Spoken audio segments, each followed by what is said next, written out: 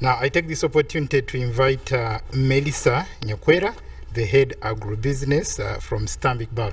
I wish you use 7 minutes. Yes, and meanwhile, John Nwagaba from Ankole Coffee Production Cooperative Union, be standby. You're going to make a presentation online. And also Sarah Murungi, Chief of Party Healthy Partners. I beg that you're also online. So you're welcome. In 7 minutes, please make a presentation. Come and use this.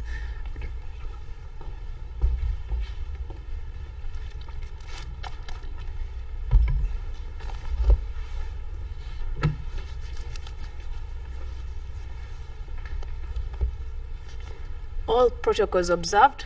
Good morning, viewers and fellow presenters. Thank you to Uganda Cooperative Alliance for inviting us to partner with you on this very special occasion for the cooperatives. My name, as introduced earlier, is Melissa Nyakwera.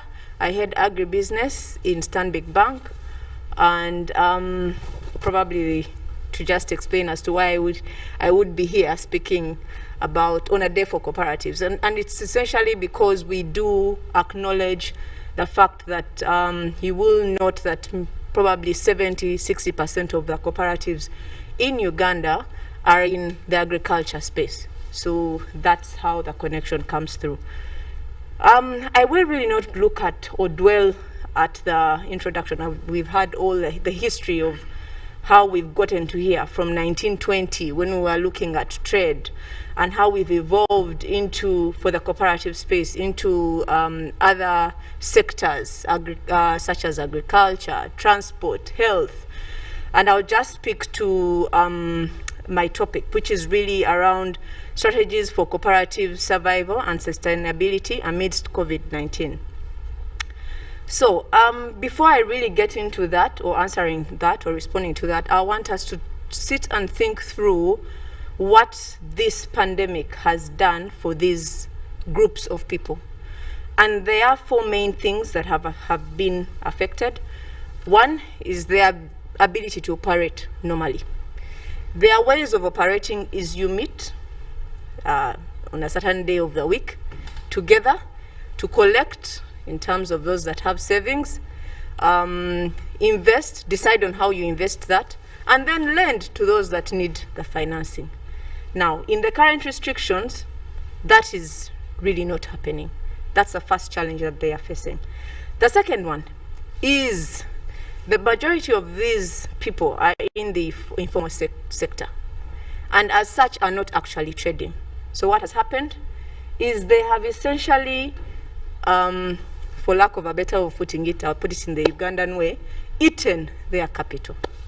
So they, even when we get out of this space, how will they start their businesses running again?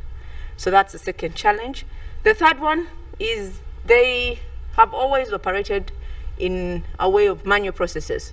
You know, they run, they use paper, at the very most Excel, to really run their businesses. And then the third challenge is, I think this one Honorable Francis Mwebesa did talk about, is around their management or governance levels, the lack of the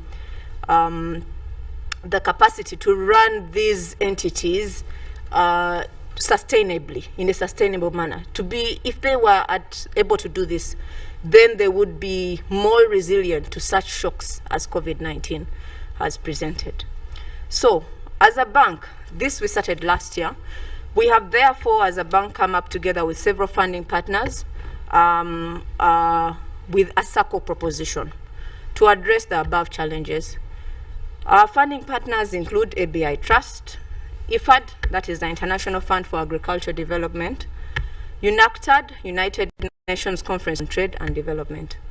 So this fund, as we speak, our aim is to get to $100 million, still on our way into there. But it's essentially to address several issues. And I'll ask the team to put up the presentation to just show what it is we will be addressing with the fund. So that's really it. So one, we have what we call the SACCO account. The SACCO account is as a way of rebuilding these entities, the cooperatives, that are really looking to save, invest, and give credit to their members. We have what we call, we have a SACCO account where they will have, they are able to transact without any charges. They are able to deposit cash for free, withdraw cash for free. There are no management fees. If you have a income or extra funding, we can give you an interest on your cash of over 10 million shillings. This is tiered depending on how much you have. So that's one product we have to address the challenges. The second one is around financing.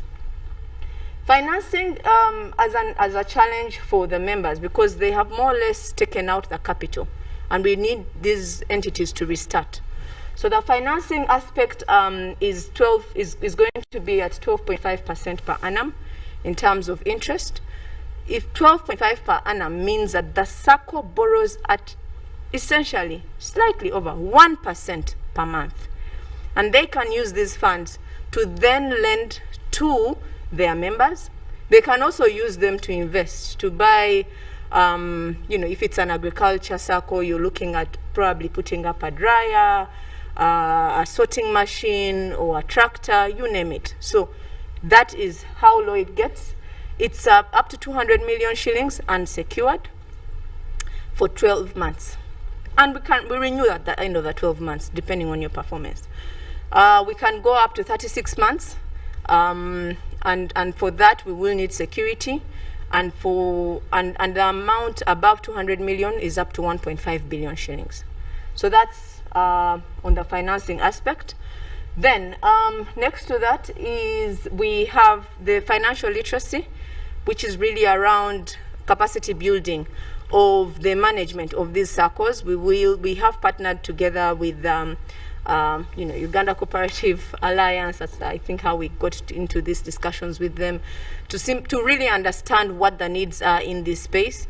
So these SACCOs that come or participate with us do have access to financial, to literacy, to capacity building for their management members, but also financial literacy for the members of the SACCOs. This will be done through our Stanbic business incubator, which has several hubs around the country. In addition to that, we have the digitization of the SACCOs and village savings groups. We understand, I did talk about the fact that they run their business manually. So we have partnered together with different fintechs to be able to digitize these SACCOs. They are more or less financial institutions. So what we are trying to do is to give them platforms, banking platforms, you would say, for themselves. So that's what the digitization aspect is. Then to ease their financial transactions, we encourage that the SACCOs register as bank agents, which would allow them to be able to receive funds from the members as well as disperse the funds. Also for the members, we've got what we call the Flexi Wallet. It's an electronic wallet that allows them to also move funds electronically without having to meet. This one is really to address the challenge around the physical weekly meetings. So this wallet will allow them to carry out disbursements, to receive loans onto their wallets, to also make, repayments on their loans. And for the SACCO, it allows them to have, if you've digitized and then your members are on these wallets, it allows you to have dashboards for reconciliation purposes without having to go do it the manual way. So this really is what we have available, and our plan, our hope and belief is that it does address the challenges that the SACCOs are facing.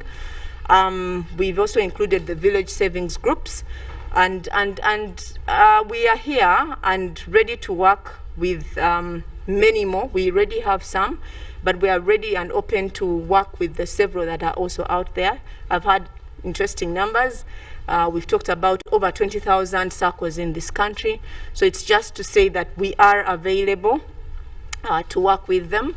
and give them these very good opportunities so they can thrive in this current environment.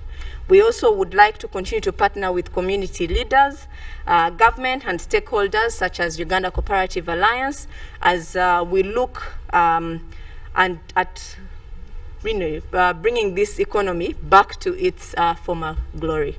Thank you so much. Stay well and keep safe.